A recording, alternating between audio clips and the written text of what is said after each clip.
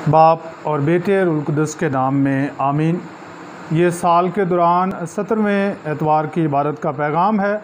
पहली तिलावत मलूक की किताब उसके तीसरे बाब की 5वीं आयत फिर 7वीं से 12वीं आयत तक, जहाँ पर सुलेमान खुदा से हिकमत और दानाई मांगता है और खुदा उसे इस बात पर खुश होकर ये अता करता है क्योंकि उसने इंसाफ करने के लिए इम्तियाज़ की रूह मांगी। ज़बूर 118 में जमायती जवाब है, ए खुदावन तेरी शरीयत मुझे क्या ही अज़ीज़ है। और दूसरी तिलावत में जो कि मुक़द्दस पौलुस रसूल के ख़त रोमियो के नाम उसके 8वें बाब की 28वीं से 30वीं आयत में है कि खुदा चाहता है कि हम उसके बेटे के बिल्कुल हम शक्ल व सूरत हों। अंजीली नारा है, खुदावन फरमाता है, मैं तुम्हें दोस्त कहता हूँ क्योंकि जो बातें मैंने अपने बाप से सुनी हैं वो सब तुम्हें बता दी हैं। अंजील मुक़द्दस बामुताबिक मुक़द्दस मत्ती उसके 13वें बाब की 44वीं आयत से 52वीं आयत में खुदावंद यीशु मसीह 3 तमसीलें बयान करते हैं और वो कहते हैं, वो अपना सब कुछ बेचता और उस खेत को मोल ले लेता है। मेरे इज़्ज़ो मुक़द्दस मत्ती के अंजील के 13वें बाब में तमसीलों के ज़रिए खुदावंद यीशु मसीह खुदा का पैगाम हम तक पहुंचाते हैं और ये तमसीलें हिकमत और दनाई से भरी हुई हैं। और ख़ास तौर पर इन तमसीलों में खुदावंद यीशु मसीह फरमाते हैं, आसमान की बादशाही इस तरह की है, यानी खुदा की बादशाही के बारे में हमें खुदावंद यीशु मसीह की इन तमसीलों से मालूम होता है। वो राज खुलते हैं, वो भेद हम पर खुलता है कि खुदा की बादशाही किस तरह है। आज फिर से पिछले एतवार भी 3 तमासील थी और आज फिर खुदावंद यीशु मसीह 3 तमासील बयान करते हैं। पहली तमसील जो है वो मख्फी ख़जाने की है। मख्फी ख़जाना, एक शख्स खेतों में काम कर रहा है, किसी दूसरे का खेत है और वहाँ काम करते हुए इस मज़दूर को ख़जाना मिल जाता है।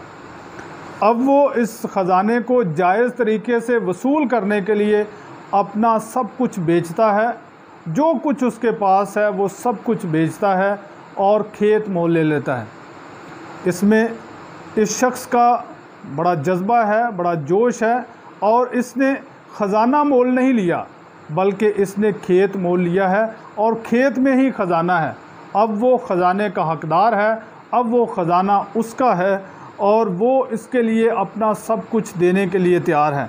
तो खुदावंद यीशु मसीह फरमाते हैं कि आसमान की बादशाही क्या है कि सब कुछ दे दे और उसको ले ले। अगर तुझे अचानक कहीं इत्तफाकिया मिल गई है तो फिर भी तू सब कुछ देकर उसे ले ले। दूसरी तमसील एक मोती की है, जिसे एक सदागर तलाश कर रहा है, जिसकी ज़िंदगी की ख्वाहिश है कि उसे कोई ऐसा मोती मिल जाए जो बेशकीमत है और वो उस बेशकीमत मोती की तलाश में है। वो एक एक्सपर्ट है, वो एक माहिर है मोतियों का और वो मोती की अहमियत को जानता है और उसे वो मोती मिल जाता है। जब वो मोती मिलता है तो वो उसकी कीमत के अंदाज़े के मुताबिक ये जानता है कि इसमें अब भी मुझे फ़ायदा है और ये सौदागर अपना सब कुछ बेच देता है, अपना सब कुछ दे देता है और मोती ले लेता है, क्योंकि उसे पता है कि मोती एक मख्फी ख़जाना है, मोती में उसे ज़्यादा फ़ायदा है। मेरे अज़ीज़ों, ये दोनों तमसीलें सब कुछ दे देने के बारे में है और ख़जाना ले लेने के बारे में है। फ़र्क सिर्फ ये है कि पहले को ये अचानक मिला है और दूसरा तलाश कर रहा है, मगर दोनों ही इसको पाना चाहते हैं और दोनों ही इसको पाने के लिए सब कुछ देने की हद पर तैयार हैं। ये 2 इंसानों के बारे में बताया गया है। तीसरी तमसील खुदावंद यीशु मसीह कहते हैं कि आसमान की बादशाही उस महाजाल की मानद है जो झील में डाला गया। महा का मतलब होता है बहुत बड़ा।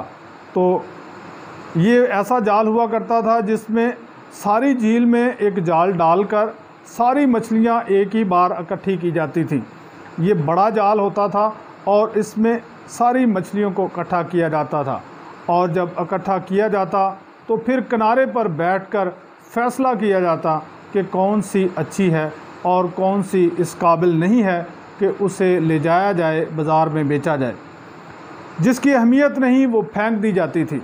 खुदावंद यीशु मसीह इस तमसील को बताते हैं कि ये दुनिया का आखिर है। खुदा के लोगों में बहुत सारे दूसरे लोग शामिल हैं। जिस तरह पिछले एतवार खुदावंद यीशु मसीह कहते हैं कि गेहूं के साथ ज़बान भी पल रहा है, इसी तरह अच्छी मछलियों के साथ जो बुरी मछलियां हैं, जो खाने के काबिल नहीं हैं, जो जहरीली हैं, वो भी उस जाल में आ तो जाती हैं, मगर वो निजात नहीं पा सकते। ऐसे लोग मौजूद हैं चर्च में, कलीसिया में, मसीहत में और ईमानदारों की जमायतों में। ऐसे लोग मौजूद हैं जो शामिल तो रहेंगे, उस जाल का हिस्सा तो रहेंगे, पर निजात नहीं पाएंगे, क्योंकि उन्होंने अपने आप को अच्छा नहीं बनाया। उन्होंने अपने आप को इस काबिल नहीं किया कि वो खुदा की बादशाही का हिस्सा बने। और खुदावंद यीशु मसीह आखिर में कहते हैं कि ये जो तालीम मैं देता हूँ वो तुम्हारे लिए उस ख़जाने की मानद है। और खुदावंद यीशु मसीह की तालीम ही हकीकी ख़जाना है, क्योंकि ये खुदा की बादशाही के भेद हैं और खुदा चाहता है कि हम इन भेदों को समझें। खुदा चाहता है कि हम इस हिकमत को हासिल करें। आज की पहली तिलावत में सैमुएल नबी को, सैमुएल बादशाह को ये मौका मिलता है कि वो खुदा से हिकमत मांग सके। खुदा उसे कहता है कि तुझे क्या चाहिए, और वो इस ख़जाने की अहमियत को जानता है। वो खुदा की हिकमत के ख़जाने की अहमियत को जानता है, इसलिए वो दौलत नहीं मांगता, वो शोहरत नहीं मांगता, वो तरक्की नहीं मांगता, वो अपने दुश्मनों की हलाकत नहीं मांगता, वो उम्र दराजी नहीं मांगता, वो अपनी सल्तनत की वुसअत नहीं मांगता, बल्कि क्या मांगता है कि हिकमत मांगता है, ताकि अपने लोगों की बेहतर रहनुमाई कर सके, ताकि अपने लोगों के लिए खुशी का बायस बने। तो खुदा उससे खुश है क्योंकि उसने अच्छी चीज़ मांगी। खुदावंद यीशु मसीह भी कहते हैं कि जो तालीम है वो एक ख़जाना है, और जो इस तालीम को पाता है वो अपने ख़जाने में से नई और पुरानी चीज़ें निकालता है। मेरे जो तीसरी तमसील ख़ास तौर पर जो है वो हमें आज की दूसरी तिलावत की तरफ भी लेकर जाती है। दूसरी तिलावत में बड़े खूबसूरत तरीके से मुक़द्दस पौलुस रसूल फरमाते हैं कि हम जानते हैं कि सब चीज़ें मिलकर उनके लिए जो खुदा को प्यार करते हैं भलाई पैदा करती हैं, यानी उनके लिए जो उसकी तकदीर के मुआफ़िक बुलाए गए हैं, क्योंकि जिन्हें उसने पहले से पहचाना उन्हें पहले से मुकर्रर भी किया है कि उसके बेटे के हम शक्ल हों, ताकि वो सब से भाइयों में पलोठा ठहरे। जिन्हें उसने मुकर्रर किया है उन्हें उसने बुलाया भी है, और जिन्हें उसने बुलाया है उन्हें सादक भी ठहराया है, और जिन्हें सादक ठहराया है उन्हें जलाल भी बख्शा है। खुदा हमें बुलाता है, उसने हमें उस जाल में जमा किया है। अब वो चाहता है कि हम उसके बेटे के हम शक्ल बने, हम उसके बेटे की तरह बने। और उसके बेटे की ज़िंदगी में क्या खूबी है, खुदावंद यीशु मसीह ने उस जलाल को पाने के लिए, खुदा की मर्ज़ी को पूरा करने के लिए, उस मख्फी ख़जाने को पाने के लिए अपनी ज़िंदगी कुर्बान की।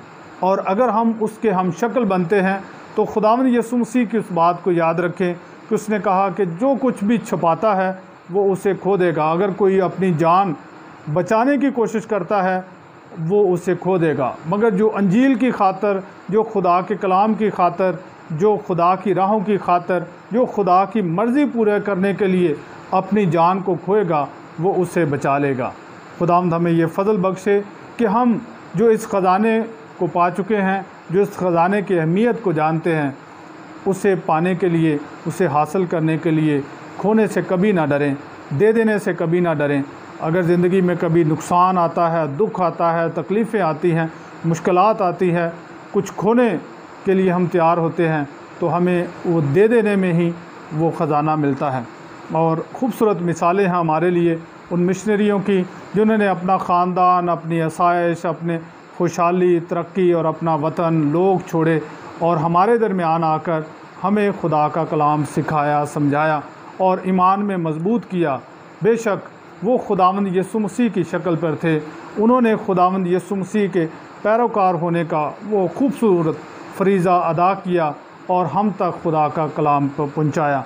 अब हमारी ज़िम्मेदारी है कि हम इस ख़जाने को हासिल करने के लिए अपनी ज़िंदगी में जो कुछ हम दे सकते हैं, जो कुछ हम छोड़ सकते हैं, जो हमारी ज़िंदगी में बुराई है, गुनाह है और खुदा को नापसंद चीज़ें हैं, वो छोड़ें और उस ख़जाने को हासिल करें। खुदावंद हमें अपने कलाम के वसीला से बेशुमार बरक़ात से नवाज़े। आमीन। बाप और बेटे और रूह कुद्दुस के नाम में आमीन।